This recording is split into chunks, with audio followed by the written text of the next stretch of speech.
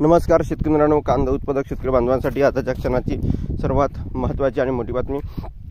कांदा भाव संदर्भातील कांद्याच्या भावात वाढ होणार तर कधी होणार, किती होणार आणि घसरण झाली तर कशामुळे झाली, काय महत्त्वाचे कारण, सविस्तर संपूर्ण बातमी लाईव्ह अपडेट आपण एवढ्याच्या माध्यमातून जाणून घेण्याचा प्रयत्न करणार आहोत. तरी महाराष्ट्रातील तमाम कांदा उत्पादक शेतकरी बांधवांना एकच विनंती, व्हिडिओ शेवटपर्यंत बघा. अतिशय महत्त्वाचा व्हिडिओ आहे. व्हिडिओ जर आवडला तर नक्कीच लाईक करावं सांगा. चॅनल नवीन असाल तर या ठिकाणी बघितलं तर हवामान अपडेट चॅनलला सबस्क्राईब करू शकता.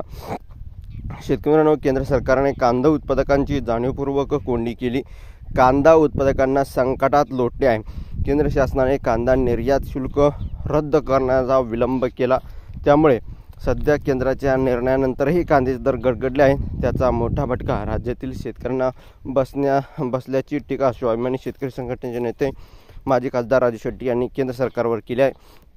तसंच केंद्राला आरोपींच्या पिंजऱ्यातून उभे करताना सरकारने जाणीवपूर्वक निर्यात शुल्क हटवण्याचा निर्णय उशिरा घेतला. त्यामुळे शेतकऱ्यांचे नुकसान करायचे होते असा संशय आता येत असल्याचे दावाही शेट्टी यांनी यावेळी केला आहे. सध्या कांद्याला जो दर मिळत आहे त्यात उत्पादन खर्च देखील वसूल होत नाही. त्यामुळे शेतकरी वर्ग हवालदिल झाला आहे. याच अडचणीच्या काळात कोणीही त्याला मदतीला नाही.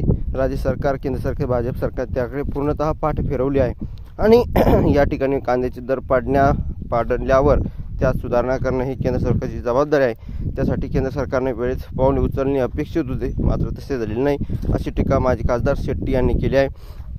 केंद्रातील सरकारने कांदा निर्यातीचे शुल्क फार आधीच मागे घेणे अपेक्षित होते. तसे झाले असते तर निर्यातीला प्रोत्साहन मिळाले असते. कांद्याचे दर 2,000 रुपये प्रति क्विंटलने वाढले असते. केंद्र सरकारला याची कल्पना होती, कारण कांद्याचे उत्पादन अचानक वाढले नाही. 3 महिने आधीच याचा अंदाज आलेला होता. मध्य प्रदेशात कांद्याचे उत्पादन वाढत होते. धन्यवाद. धन्यवाद.